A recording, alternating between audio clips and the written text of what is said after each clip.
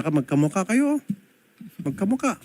Maputi nga lang itong si Boy. Pero kamukhang kamukha. Carbon copy kayong dalawa. Ayun sir, ang sabi niya, hindi niya anak kasi maputi siya.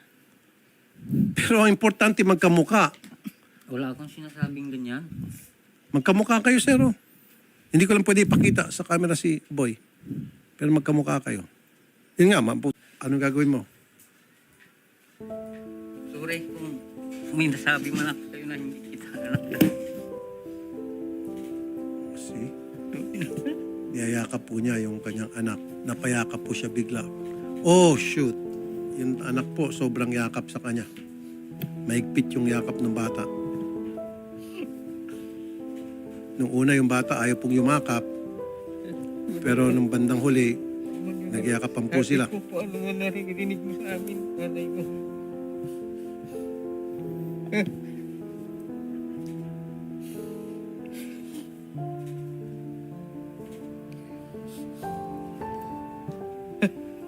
Sorry.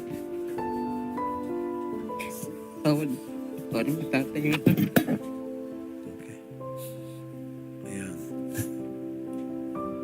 Maganda itong ganitong eksena nakikita natin na may pagsisisi na talaga mula sa tatay. At yung bata, naiyak na siya. Bumigay na yung bata.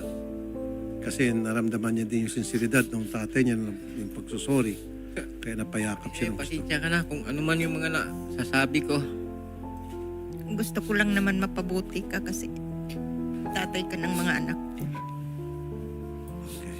Hindi na ha. Ayan.